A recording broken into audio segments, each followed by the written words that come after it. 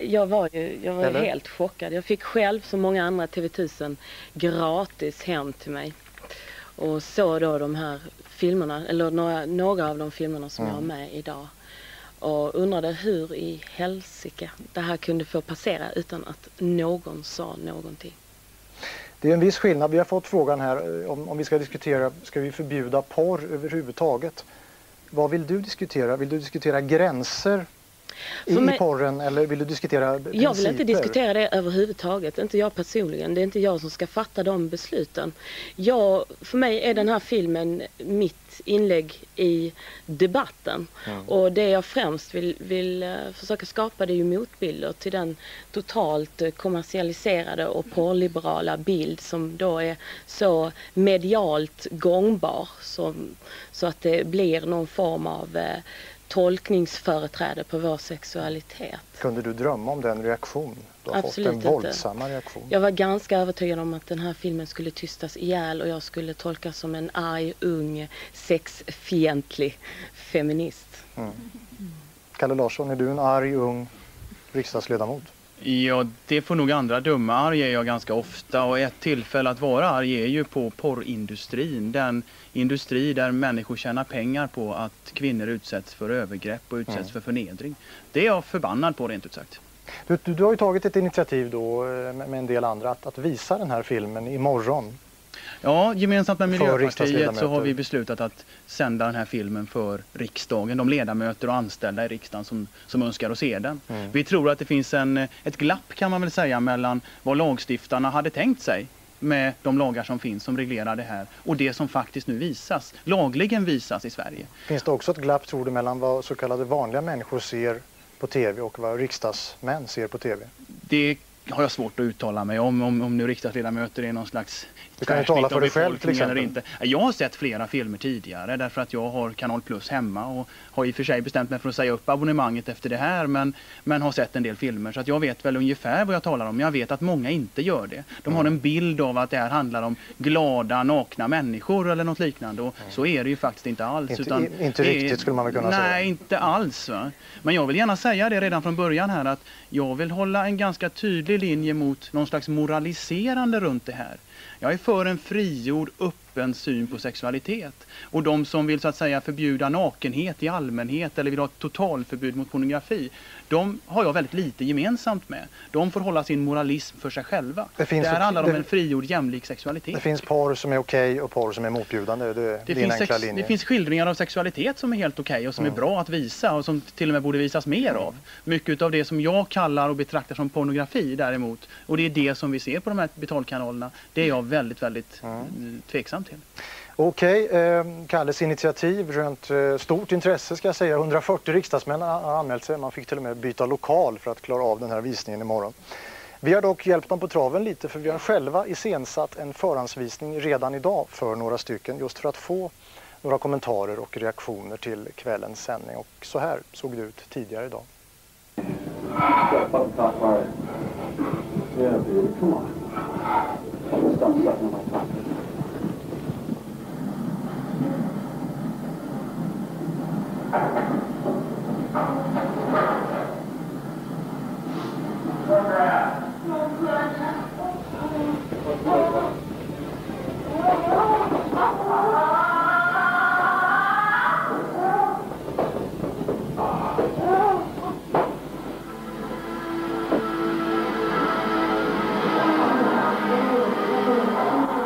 Ja, vad jag har sett är grova våldtäkter. Jag har sett gruppvåldtäkter. Jag har sett människor behandlas på ett sådant sätt som jag tycker är vidrigt. Vi har en djurskyddslag men vi har ingen människoskyddslag. Och jag tycker det är dags att vi definierar vad vi menar med pornografi. För det här är våldtäkt för mig. Sen är ju nästa fråga, vad gör man åt det då? Är det förbud? Är det lagstiftningen? Vad jag förstår så kan man nog diskutera lagstiftningen. Hur ser den ut? Vad finns det för gränser? Är det rimligt att sånt här släpps igenom? Nu säger granskningsnämnden så här att lagen är väldigt klar och tydlig. Det här är helt okej, säger granskningsnämnden. Och om det är på det sättet, då måste lagen göras om så att vi inte visar regelrätta våldtäkter på tv. Jag tror förbud och lagstiftning är väldigt ineffektivt nu för tiden. Det här finns på internet, det här kommer in över gränserna i videofilmer och sånt. Jag tror att en engagerad medborgaropinion som säger ifrån, det här ställer vi inte upp på, det här är människoförnedrande, människoföraktande, är faktiskt till sist den effektivaste metoden. Jag tror att den största reaktionen som vi alla skulle kunna visa, det är att ta tillvara vår makt som konsumenter och säga att vi vägrar. Jag vill inte ha de där kanalerna in i mitt vardagsrum, ut ur min tv-apparat. Jag säger nej. Jag tänker inte betala för det, jag tänker inte abonnera på det, jag tänker inte ha varken TV1000 eller Kanal Plus. Det tror jag skulle vara effektivt och bra.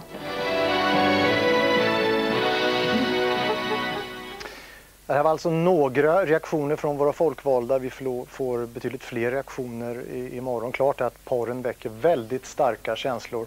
Maria, hur ser det ut på våra egna debattsidor? Det är enormt tryck, jag tror det är vårt rekord.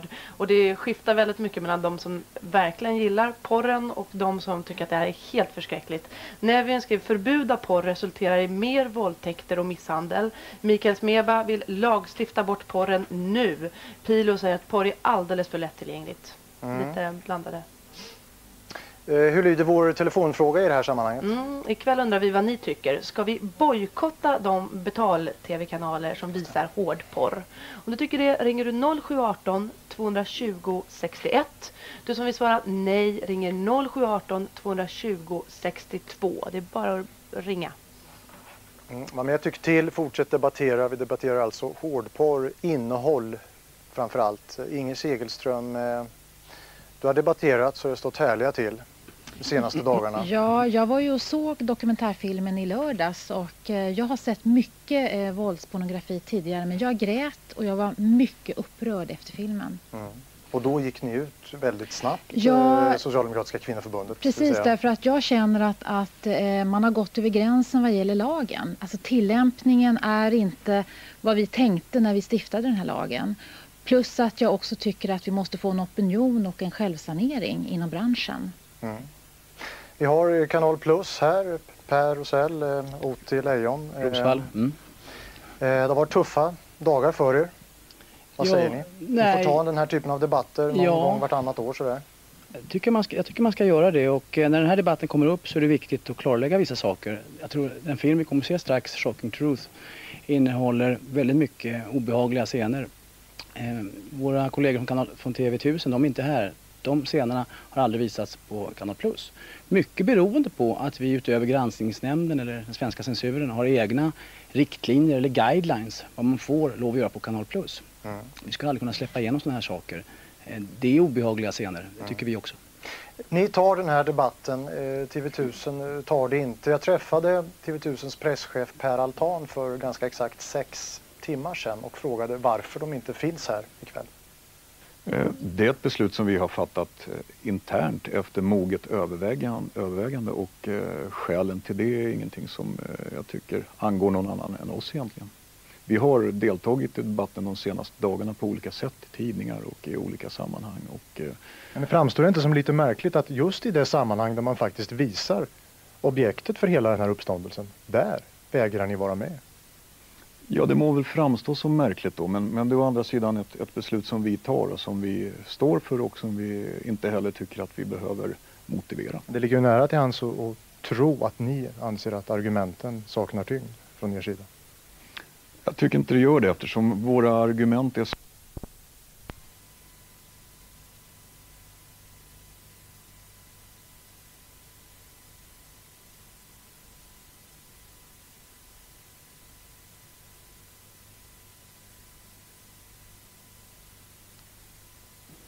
What do you think when you see yourself in sex movies?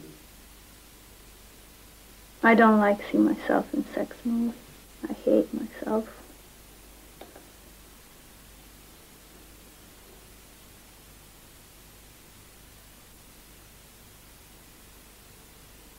Do you feel ugly? I feel like an animal. What are you most afraid of becoming? I guess I'm most scared of becoming nothing and becoming nothing alone.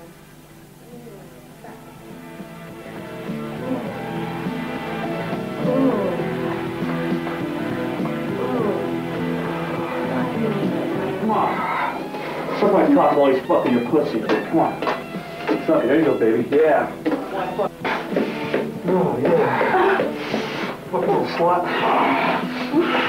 Yeah.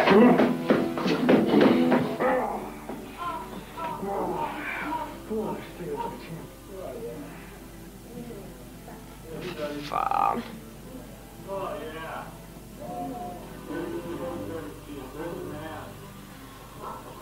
Jag måste göra ont. Fan, kolla på henne.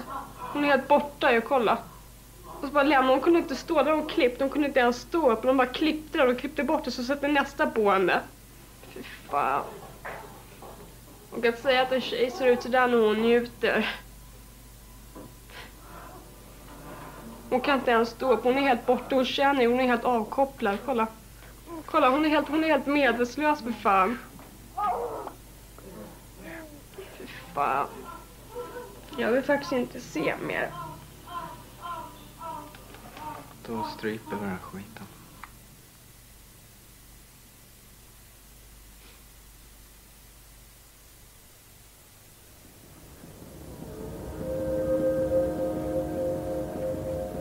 I hoppets dunkla slöja hörs gråten.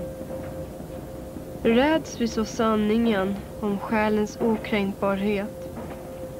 Låt oss hånskratta åt kärleken. Och med fast blick och rak nacke spottar vi Gud i ansiktet. Sluter våra ögon och offrar våra barn på Sodom och Gomorras altare.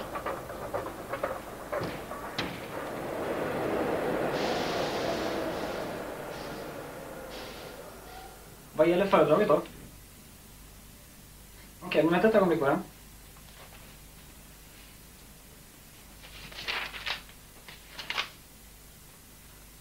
Vecka 23. Onsdagen. Jag är en person idag. Förut var inte jag en person.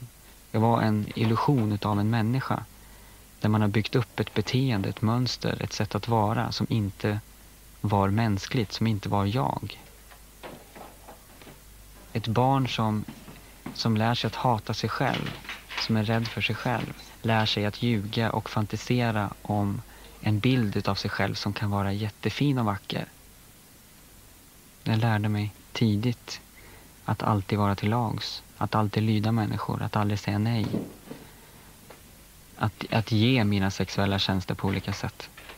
Ett barn blir ju skolad till det. I think I know an easy way I could get some extra credit. An easy way to get some extra credit? Well, I'm all ears. Sex. In other words, you've been reading the dirty books I've assigned, and you've gotten some ideas, and you feel that some real-life experience will help? Is that the idea? Mm-hmm. Because I've noticed that you are dressing a little more provocatively in class lately. Is that because you've gotten some ideas from the literature? Mm-hmm. And you're sort of enjoying dressing, getting the attention of the boys, and so on. Is that right? Yeah. So I'm glad to see that this course has sort of opened you up to the world of sex through the study of licentious literature. That's excellent. That's what we're about here. Keep the skirt like this because sometimes it just flies, and you're not aware of it probably. But I can see the sort of the crotch and the cotton, the panties. You understand? De flesta tjejerna som är i den här branschen, de har på ett eller annat sätt råkat väldigt illa ut innan, och det vet man. Har du frågat någon skådespelare då? Jo, jag har träffat en tjej som heter Smulan då. Hon har ju berättat om det så också, som är mer eller mindre otrevliga.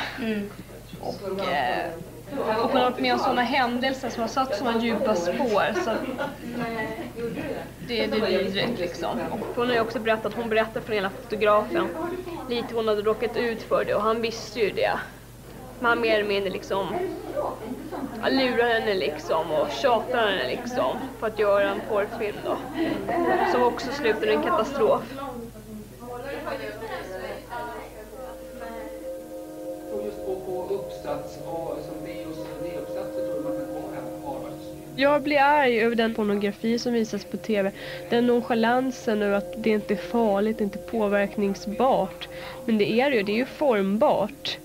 Och människor mår ju inte bra. Det ser man ju tydligt om man tittar på det. Och sen så får jag känna den här tjejen Smulan med. Som har berört mig och råkat illa ut. Så vill jag skriva om det med.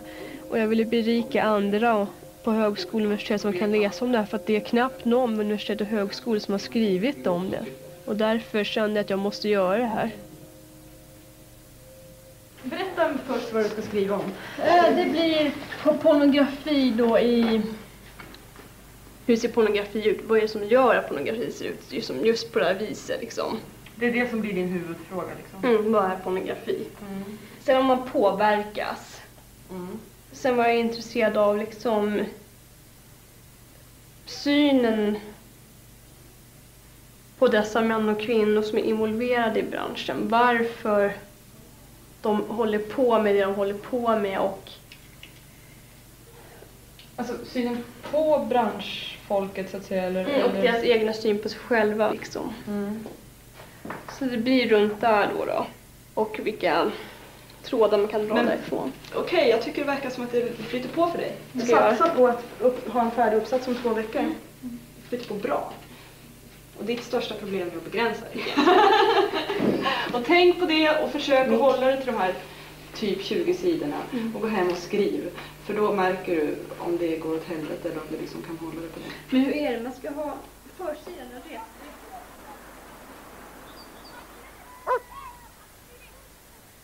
När jag kom till 4:e klass så fick jag för första gången ett manligt ideal att se upp till. Jag träffade en äldre man som blev som min far. Han bjöd på saft och bullar och jag fick sitta och styra hans bil när vi var ute och körde. Det här blev mannen som sen utnyttjade mig sexuellt i flera år. Och jag kommer ihåg än idag när jag tänker tillbaka på hur avstängd och konstig jag var efteråt. Han gav mig 50 kronor och så skrattade han och sa han, jag vet att ni killar behöver sånt här i er ålder. What would your stepfather think if he saw you getting banged in a porno film? He would definitely get turned on by it. How do you feel about that? I strangely get turned on myself, thinking about how my stepfather would get turned on by watching me in a porno. So do you think, you didn't know your father, but if you did, do you think your father would be proud of your career? You know, that's a very interesting question because I deeply believe that there's a reason why I have never met my father, and it's because that I think that my father would fuck me, would have ended up fucking me if we knew each other. I know it's a little obscene, but it's true, so I think he'd be very proud, yes. Frågor till CEO, Sven-Erik Olsson, distributör och storföretagare i porrbranschen. Hur tror du att de modeller som håller på med porr ser på sig själva, deras självbild? Mår det bra eller har det, inte alla, någon slags sår som gör att de sysslar med porr? Tror du att en helt frisk människa eller problemfri människa enbart ställer upp för pengarnas skull eller njutningen? Min informant Smulan, hon har berättat som hon anser branschen ser ut trots att hon var inte med speciellt länge, det var väl typ, nu ska vi se, 2 år. Och under de 2 åren så gjorde hon ju fotojobb, sen en porrfilmscen då som var totalt sjuk. Så utgått från hon berättade om det då och varför hon gjorde det och sin syn på sig själv då och hur hon mår och de flesta tror att man är totalt rubbad om man ställer upp gör något sånt här, då liksom är man totalt helt IQ-befriad liksom, och var stackars som går med på det här. Men det är ju inte det, utan det är att hon har ju stängt av sig totalt känslomässigt, skärmat av sig från allt och därefter typ försökt agera som människa utan att känna och totalt avstängd från omvärlden och känslor liksom. För det har blivit för mycket då. För att hon saknade gränser och allt.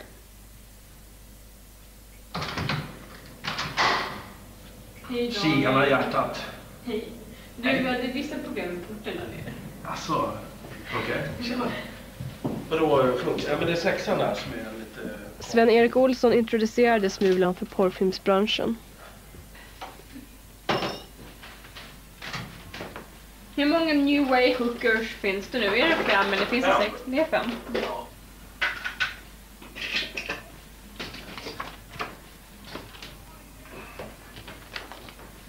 Ni ser då alltså att den här tabben är helt oöppnad, så det kan inte vara droger i den. Däremot, de här iskuberna, de vet man inte riktigt med. Där kan det vara droger. Tunga droger i de här alltså. Jag har preparerat hela natten.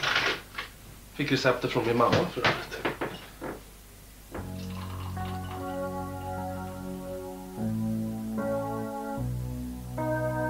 Jag flyttar till en egen lägenhet när jag blir 18 år och innan jag har hunnit fylla 19 år så bara tar jag mina saker och flyr därifrån. Min destruktivitet har ökat och jag skär mig väldigt mycket. Jag får en kontakt med en tjej som jobbar på en klubb. Det tar väl högst 2 veckor innan jag är så gott som hjärntvättad och är van vid att se alla de här porrfilmerna som går framför en, sidan om en, bakom en. Se alla de här nakna tjejerna som sitter i högklackade skor utan att ens ha trosor på sig. Återligen igen så har ju någonting som är onormalt blivit normaliserat. Det tar inte lång tid förrän jag börjar tänja ännu mer på gränserna. Jag börjar sälja mig själv. Jag prostituerar mig själv på Stockholms gator. På klubbar. Ibland så går jag ut på hotell. Så var hela mitt liv. Jag var aldrig rädd för att göra saker. Jag hade alltid döden bakom mig eller bredvid mig.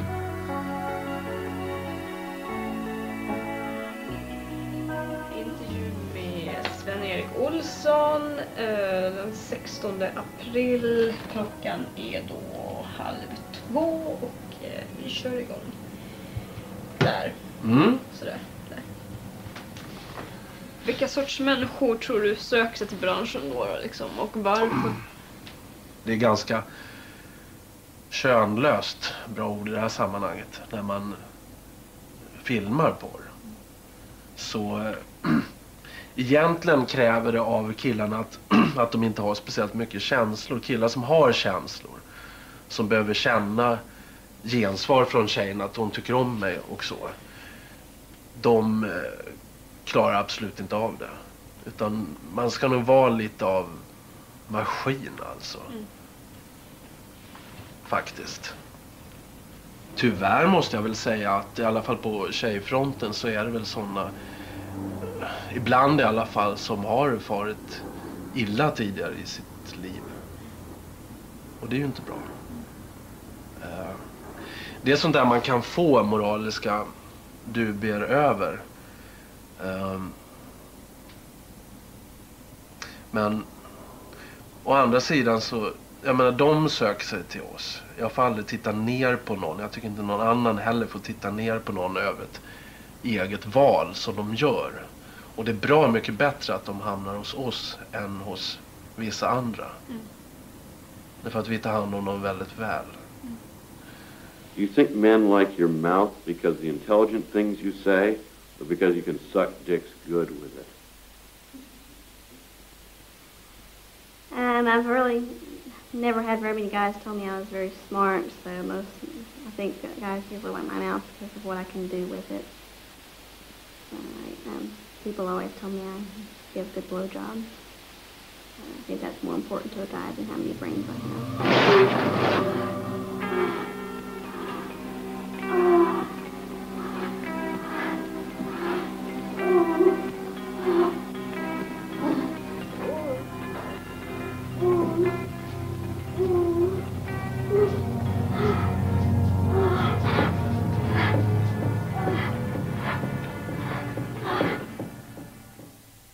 tjänar man pengar, gör man det. Jag jobbade på en bordell. Jag hade alltså klienter som var gamla, fula, äckliga. Och för 1 timmas fullbordade samlag i ett privatrum så fick jag 400 kronor. Jag menar, det är inga pengar. Tror du att det finns andra orsaker att man prostituerar sig än just för pengarna? Det finns ju en anledning till att de allra flesta kvinnor går ju inte ut och prostituerar sig för att de skulle vara utan pengar. Utan det finns ju en anledning till att man kliver över den muren. Eller rättare sagt, man kliver över någonting som inte finns längre, som skulle egentligen vara där. Och den muren är då nerriven redan när de har utnyttjats som barn sexuellt utav någon. Faktum är att övergreppet behöver ju inte ha varit när de har varit barn, men det har varit ett sexuellt övergrepp på ett eller annat sätt.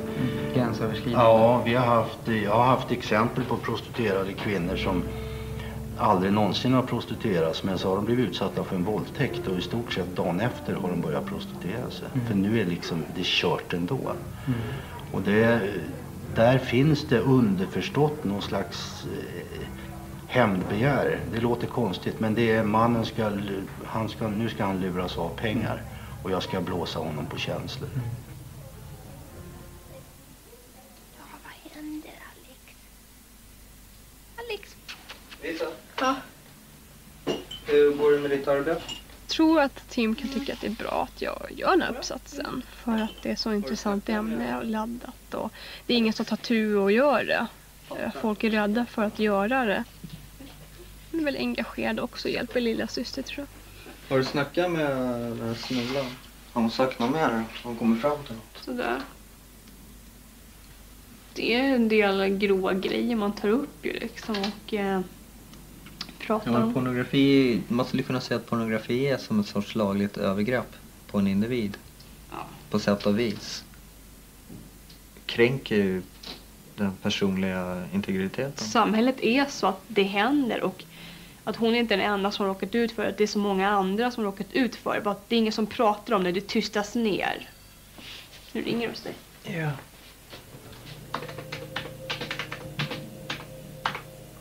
Smulan blev fysiskt och psykiskt misshandlad redan som barn. I tonåren våldtagen och gängvåldtagen åtskilliga gånger.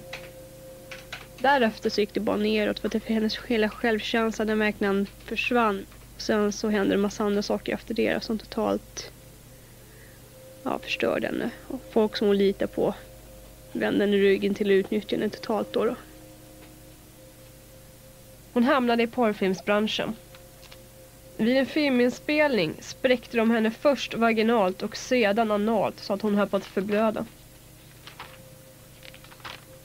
Hennes historia är inte unik. Under mitt arbete har det visat sig att de flesta i porrbranschen har liknande historia att berätta. Det jag då tycker är märkligt är att pedofili, som är det fulaste brottet i vårt samhälle, i förlängningen tillåts ske genom att vi tyst accepterar den ökande mängden av pornografi vi har fått idag. För har man någon känsla av värde som människa kvar när man har beslutat sig för ett liv i branschen? Eller är det bara en fortsättning av upprepningar och kränkningar gjorda tidigare i livet? Frågan är då om man kan tala om ett frivilligt val. Men gud! Jag fattar inte. Lilla gumman. Stora bomber. Det är ju för synd. 18 år och alltid lika kort. Ska vi se p-rulle? Stoppa in skiten snart då. Ja, men det är äkta så här porrblick. Och det är absolut inte för andra. Det är hår som precis kommit ut. Hon har något grovt liksom. Hon har värdighet kvar. Hon har ingen värdighet kvar. Hon kanske inte har någon... hon var bara pank och ville ha pengar typ. Jag har då, eftersom jag håller på med det här jag håller på med, då träffat en tjej då som heter Smulan. Och hon har råkat väldigt illa ut under praktiskt taget hela sitt liv. Och har ju då också råkat ut för den här svängen att det mer eller mindre har kommit killar och kommit och gått hemma hos henne. För hon har mått så jävla dåligt så att hon har inte haft några spärrar, inga gränser. Och det har de här killarna vetat om. Och då utnyttjar henne till max. Hon hamnar till slut så långt ner så att det finns inga spärrar kvar. Men alltså, är hon dum och går på det hela tiden? Hon måste ju vara helt konstig, helt dum i huvudet. Jag skulle aldrig göra något sånt där, men det vet man ju. Och vi säger så här, för det är ett språk hon har haft med sig som hon är liten. Typ att den här tilltron och tilliten till hennes närmaste, den har blivit så utsuddad så hon har liksom inte vetat vad man kan lita på och tro på. Och hon har haft jobbiga hemförhållanden då. Och hon har ju kämpat med sig själv och bytt umgängeskrets efter umgängeskrets. Hon har gått i terapi och allting. Och det är en sån tjej, hon är inte dum. Jag vet, hon är stendum. Alltså det kanske är jättetaskigt att säga. Men alltså jag tänker på det. Alltså om man verkligen inte har någon självdisciplin alls. Och verkligen låter dem. Jag slår några stycken så måste man ju fatta till. Jag fattar inte hur man kan göra. Hon har ju fått betalt för det och hon har gått med på det. Det är ingen som kan tvinga henne. Det finns ju alltid andra jobb än att ställa upp i en porrtidning. Nej, det finns inte alltid. Men nej, men alltså, kan man göra ett val. Man kan ju skita i och ta det och leva fattigt för det är ju inte så att jag hade inget val. Man har visst ett val. Du kan städa någonstans liksom i sådana fall. Men ändå. Va? Nej, det är ju det är liksom mardrömmen. Oftast tonåringar brukar jämt ifrågasätta varför fortsätter man att gå till en förövare eller varför fortsätter man att leva inom porren eller på olika sätt. Och jag prostituerade mig för att slå på mig själv, för att göra mig själv illa, för att det var vad jag var värd. Så många gånger som jag har stått framför den där spegeln hemma ensam och sagt det att din äckliga hora till mig själv. För att kränka mig själv, för att slå ner på mig själv. Jag blev lärd redan i tidig ålder att det var det enda jag dög till. When is the first time you became a slut? It's a lot of time. I don't remember. I know I'm a big slut, but I don't know the date exactly.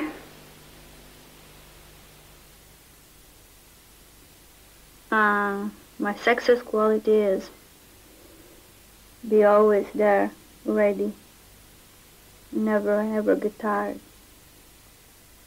Alla de här minnena när människor har gett mig pengar för att bli utsatt för övergrepp, för att ge dem sexuella tjänster.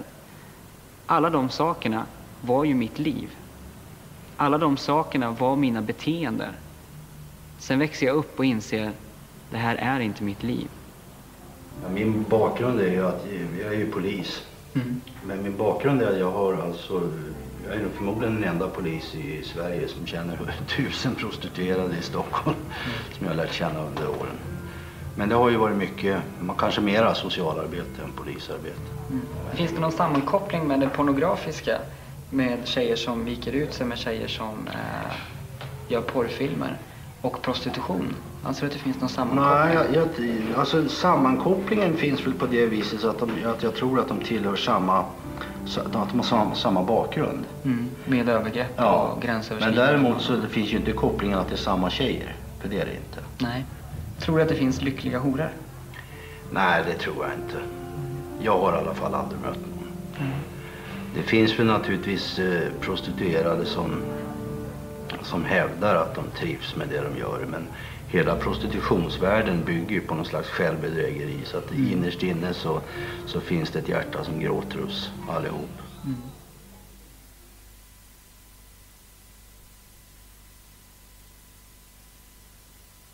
Lisa är den yngsta av oss 3 syskon. Allas uppväxt gör ju människan till vad den är, va? Även om det kanske inte bara är uppväxten så har den en stor del, för det är under barndomen som man formas. Va? Eftersom vi var ett rätt känslolös familj. Jag kan se till mig själv, liksom, jag kan väl klassa mig själv som rätt känslomässigt störd.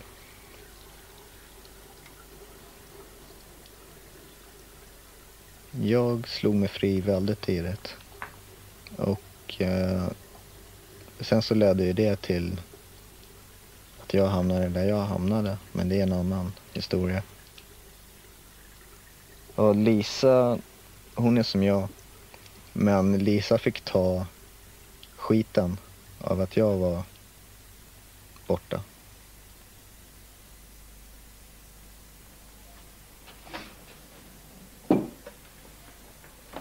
Min framtid så vet jag faktiskt inte. Det känns som att det kvittar. Men Lisa, hon har den drivkraften i sig. Hon är dyslektiker, va? Alex. Är du vaken, gumman? Ska du yoghurt? Och jag måste säga det att jag är så imponerad av hennes arbete. Att hon lägger verkligen ner sin själ i allt det här hon gör. Men hon har den här kämpaglöden. Hon jagar och vill ha sina betyg och fixa till det för sig själv, va? Jag tror det kommer gå bra för Lisa faktiskt. Nähä, det jo. Tänkte väl. Bortskämd.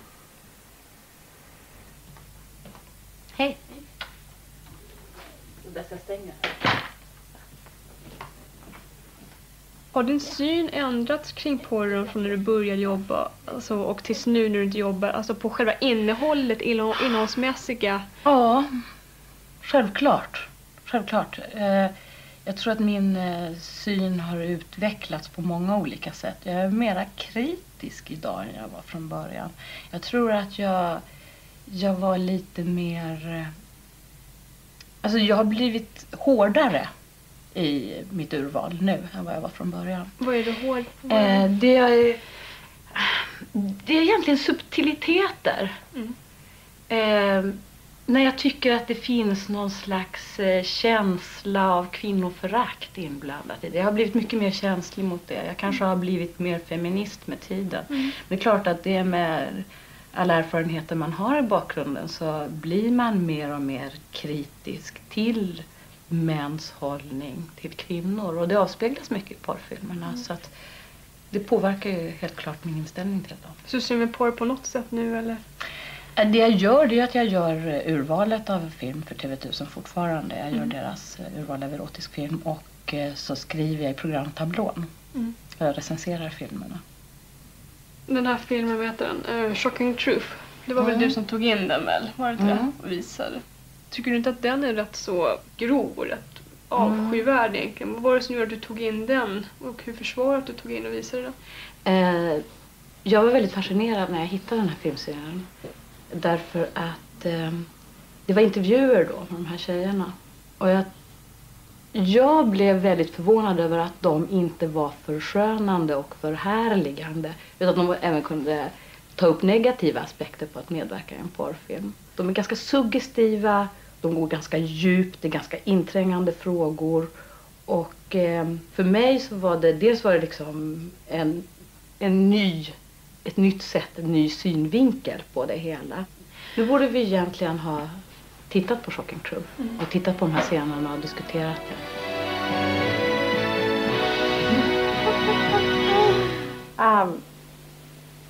Frightening individual. I think that it would have to be, it's actually my father's attorney who came over to settle some dispute or some sort, and I ended up fucking him. He was pretty frightening guy. I was like 12 at the time, so he was like a 39, 40-year-old man. To me, he was pretty frightening.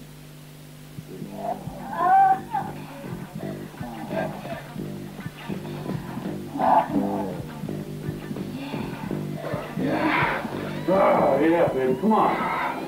Suck my cock while he's fucking your pussy. Come on. Suck it. There you go, baby. Yeah. Keep going. Keep sucking that cock. Okay. Suck that fucking cock hard. Yeah, baby. Come on. Fucking stop sucking my cock.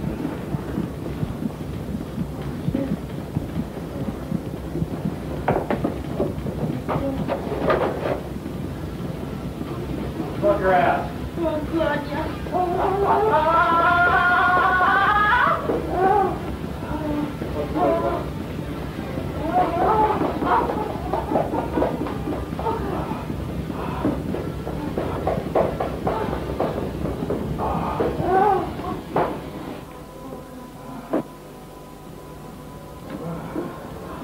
Come on, fuck that butt like she's a slut.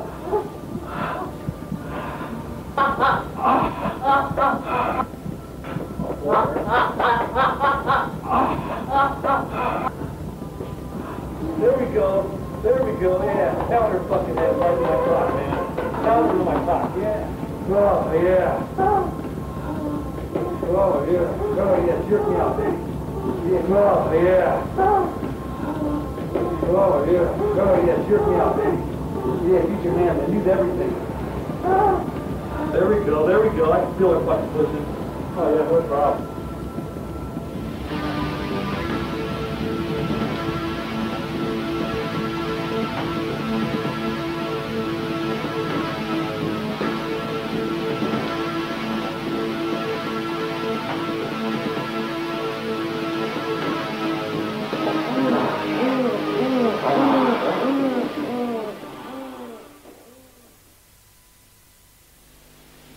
Does it make any difference if some stranger walking off the street right now and feet off in your mouth? Fuck no. You really think that I knew any of these guys really well? That I was just with? Didn't know them at all. So, what difference would it make if anybody like would walk in here and just like come in my mouth? Big deal. I love clowns. You don't forget. I love dick. So it doesn't matter who, what, where, and how. I just love it. So, I don't care. Varför tror du innehållsmässiga på den ändras? Är det för att samhället blir hårdare och det krävs mer? Eller för vi är så vana att se den brutaliteten, liksom våldet omkring oss, att det har normaliserat oss? Ja, men hallå, du, nu din fråga. Så säger du, samtidigt som du ställer en fråga, att det har blivit hårdare? Att det har blivit brutalare? Det stämmer inte. Tycker du inte det? Nej, absolut inte. Jag tycker snarare tvärtom.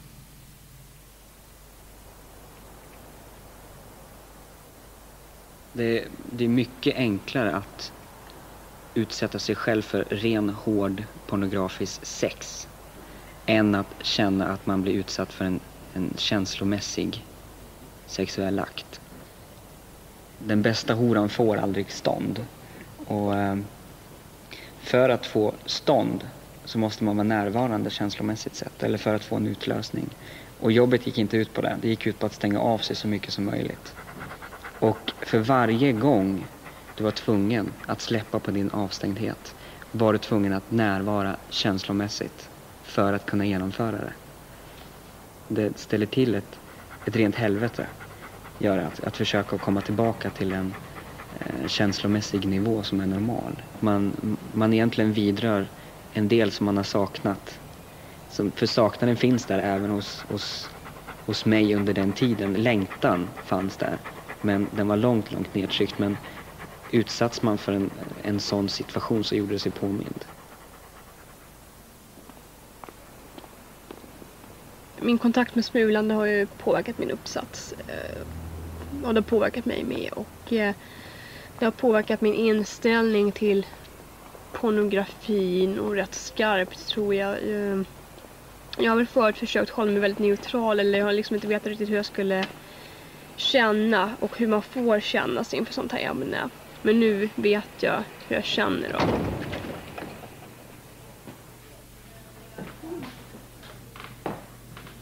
Du har inte sett Marie Ullskog? Nej, är hon inte i sitt rum? Nej, jag hittar inte så bra. Nej, alltså det är där hon, och hennes rum är där. Och hennes assistent, där kommer hon. Jag tror hon är på väg hit.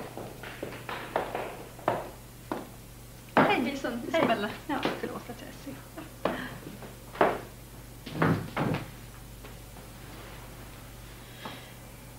Det är tydligt att många människor får illa i porrbranschen. Hur kan det då vara försvarbart att visa porrfilm med brutala och förnedrande inslag på tv i Sverige?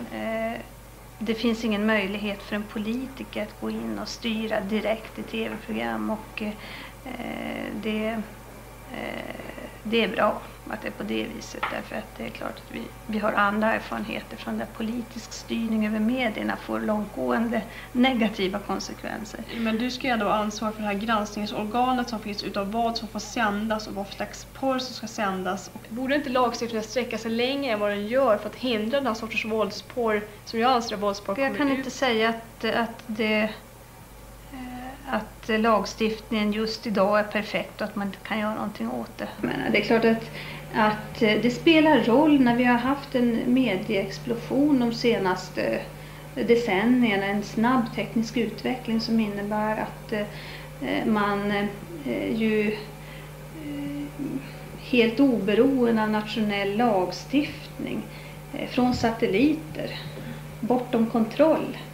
Men det är ändå ert ansvar att censurera eller skapa starkare lagar kring censuren. Jo, det är vårt ansvar, men vi kan inte forma de majoriteterna själva, även om vi skulle vilja det. Det har naturligtvis att göra med att... Har du själv sett den porren som visas på TV1000 och Kanal Plus? Jag har sett korta stunder någon gång, men jag kan inte säga att jag tillhör de stadiga TV-tittarna, nej. Tack så mycket. Hör du, jag har gett Alex yoghurt och sådär. Ja, men jag vet inte, ska jag ge henne någonting annat? Hon har fått frukost. Ja, hon har fått frukost. Jag gav henne yoghurt. Hon har fått lunch. Nej, ingen lunch. Men jag vet inte, ska jag ge henne någon annan mat eller så? Hon brukar få rostad macka med. Rostad macka också? Med honung. Bortskämd. Ja, min bebis. Mm. Hur är det med din uppsats? Är den klar eller? Ja, så har jag lämnat in första manuset. Ja. Så det ska ju godkännas, eller förhoppningsvis godkännas, men... Okej. Det får ju se på fredag. Ja, det återkommer ju såna här grejer att du tar väldigt tydligt ställning. Vilket jag tyckte var intressant, därför att du skrev det här första lilla bladet, den här uppsatsplaneringen, så skrev du att du anser det vara ganska positiv till porr. Själv så har jag nästan jämt varit positiv till porr trots att jag är lite av en feminist. Och vill genom mitt arbete ta upp de olika formerna av porr som finns i Sverige. Och så skrev du då. Och sen här så skriver du väldigt mot porr. Jättemycket. Och då är det ganska intressant att du blir otroligt polemisk och vill på något sätt verkligen visa folk hur vridet det här är och hur fel det är och sådär. Och då vill man ju jättegärna veta, när händer det här? Liksom. Och vad är det som har fått dig att göra det? Att liksom, de personliga åsikter som du hela tiden plockar in, liksom, där du tar ställning och där du på något sätt blir någon slags upp på barrikaderna och kämpar mot det här. Det måste ha startat någonstans. Eller hur? Ja. Och då skulle jag vilja... Det måste du nästan ta med i inledningen. Och sen såna här grejer skriver man inte i. Alltså hur fan kan man kalla det för det? Men jag tycker att man ska liksom ha lite känsla och lite så här, ja. Fan, man kan inte bara sitta där och ha... Typ, hur kan man kalla sin... Det låter som man måste liksom... tycker jag liksom. Man måste jag förstår det. Upprörd. Ja. Nej, men du får inte vara upprörd. Du får faktiskt inte vara det. Därför att då är du inte längre vetenskaplig. Risken med att vara så opinionsbildande i en uppsats är att du kommer få så mycket skit för det.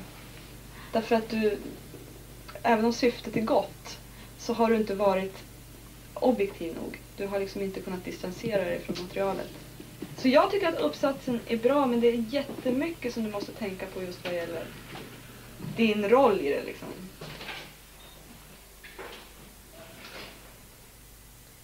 Titta, de skrivit bra. Det har inte jag sett förut. Här är porren uppe på bilder. Vi kan ju tycka att varje människa har samma värde, men så är det inte i porren. Bra hon skrivit. Ja, då är det vi helt plötsligt. Ja, vi. Ja, jag förstår inte det. För därför man skulle inte ha sånt i. Mm. Jag ska bara lägga till lite så här skit. Men ja, där. Sista kapitlet, hur ser porrmodellen på porr och hur mår det? Där var jag för hatig. Jag var så hatisk mot porren totalt och hat. Och jag tycker inte att jag är hatisk. Och då tyckte hon tyckte att det var för personligt skrivet allting, eller?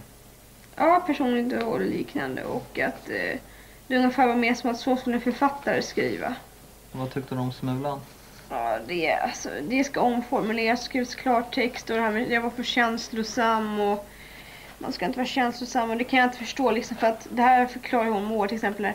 Smulan skadade så kraftigt att hon egentligen borde ha fått skjuts till sjukhuset för att stoppa blödningarna. Men istället så skrattade hela tiden åt henne och gav henne ett par servetter för att torka upp blodet och även något för att fylla sitt inre med. Vad var de reagerade på det? Jag skulle skriva klartext för jag menade och jag liksom har ju fortsatt här. Ja, men hur jävla klart ska hon ha det? Ja, jag skriver så här. Så att man kunde fortsätta filma penetreringen i stjärten. Var det för starkt för honom? Jag fattar inte heller. Jag vet inte, det var för jag har skrivit för känslor, för värdeladdade ord. Ja, det är väl inte så jävla konstigt att det är personligt, eller hur? Nej, det är det väl inte, men... Nej. What's it like to have to fuck a girl when you actually hate her? What's it like to fuck a girl when I actually hate her? Sometimes it's fun because it's like a grudge fuck. You just fuck her as hard as you can until she either comes or she screams that she's in pain or she bleeds or, you know, something like that. But I never get violent. Back onto that car. Back onto it, bitch. Back on. Back on.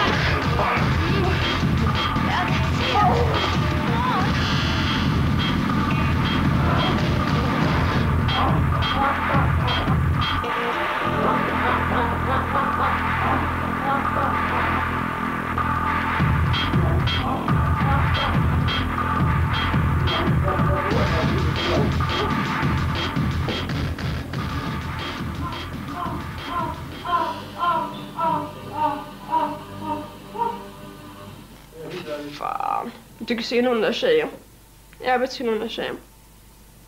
Hon har lika mycket värde som en annan människa.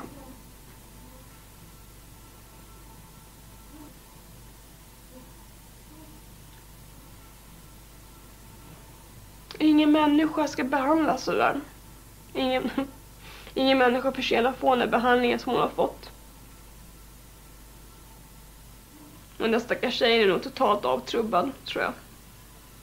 Jag känner henne inte privat eller någonting, men jag tror hon är rätt avtrubbad känslomässigt också. Och jag vet inte om hon är någon stor porrskådis eller något. Men om hon får behandla henne sådär jävla pass illa så skulle jag säkert tro att hon ställt upp i många filmer. Jag får behandla henne likadant för att hon har nog förlorat väldigt mycket inom sig själv.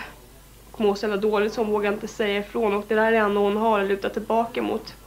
För det är ingen som vill ha henne för hon är avdankad. Avdankad jävla porrskådis.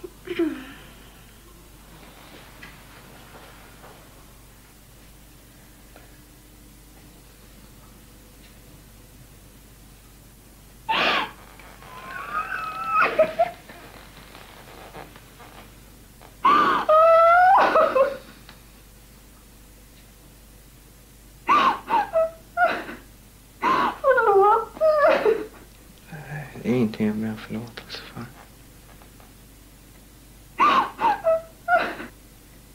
Ja.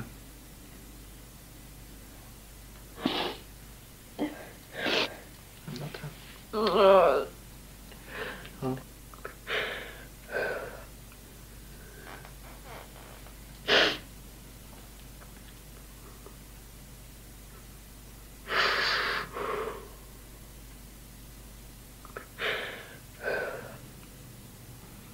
Jag känner igen mig på den jävla sommarängen där.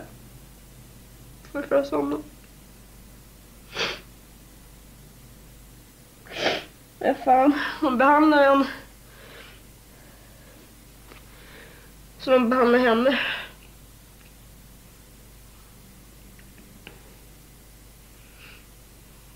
Och du ska fan inte käfta emot om du tjej. Du ska bara ta emot. Du ska bara ta emot. Du ska fan inte käfta emot. För käftar emot så är det dumt och då förstör produktionen och den tiden de behöver för att göra en bra porrscen. Och killarna de har jämtrat och killarna gör jämtrat och det gör inte ont. Och du mår inte dåligt. Och du tycker om att få kuken ända ner hit. Och du ska smile to the camera, smile to the camera. And giggle to the camera.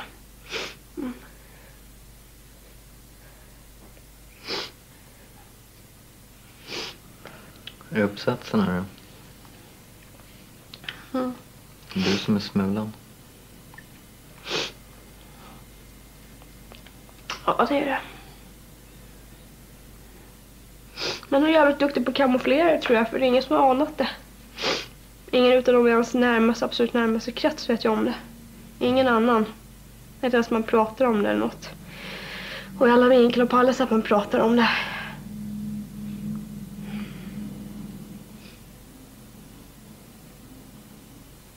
Jag har värde. Jag är inte dum i huvudet och jag har mycket att ge.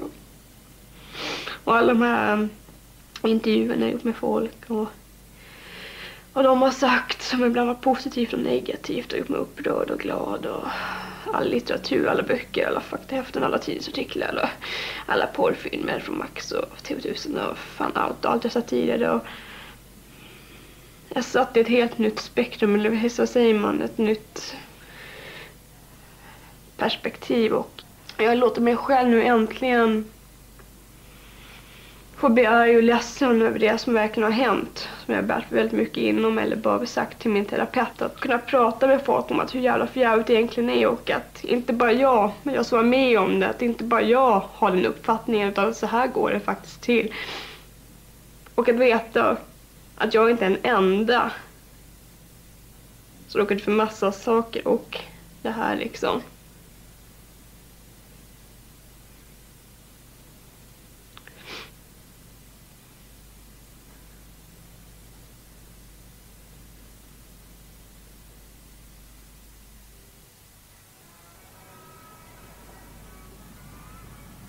Det finns tjejer och killar som jag som får betala priset för att göra någon liten halvsjuk, rubbad individ nöjd framför tvn eller fåtöljen med en blaska.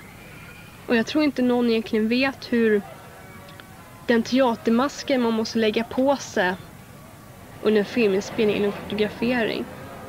Och jag tror inte folk hajar vilken mask, om inte ens fotografen ser den masken. När de säger att som fotografer filmar, då ser man direkt om någon mår dåligt, om någon har problem och vad fan den är. Det ser man direkt, och sådana människor vill man inte ha in i studion. Det är skitsnack. Det är skitsnack de använder för att graderas och skyddas. De kan inte se det. Och om de ser det så blundar de för det. För de behöver dessa människor in i branschen, för att någon måste ställa upp på det här för att de ska ha något att sälja. Och då är frågan igen, är det frivilligt?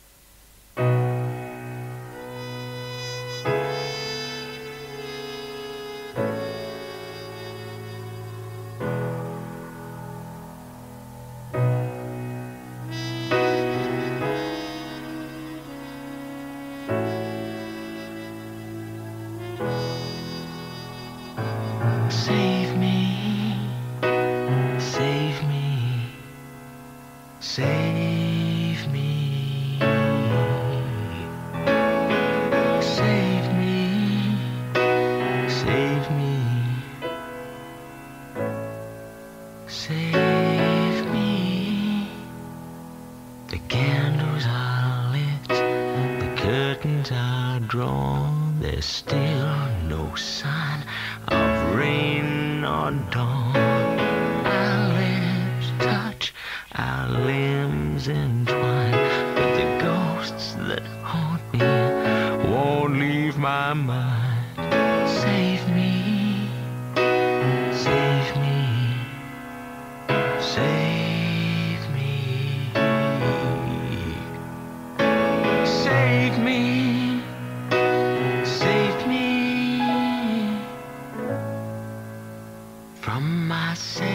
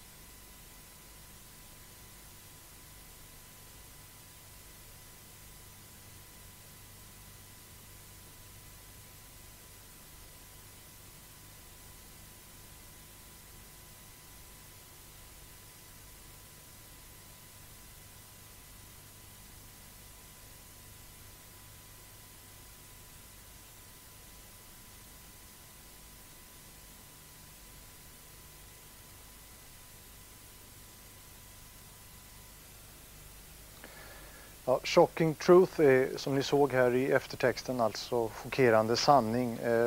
Också titeln på den samling porrfilmer, vilka vi såg inslag i den här dokumentären. Porrfilmer som alltså inte fälldes av granskningsnämnden. Det fanns ingen som helst invändning mot innehållet i de här filmerna. Och man kan ju stillsamt fråga sig vad som krävs egentligen för att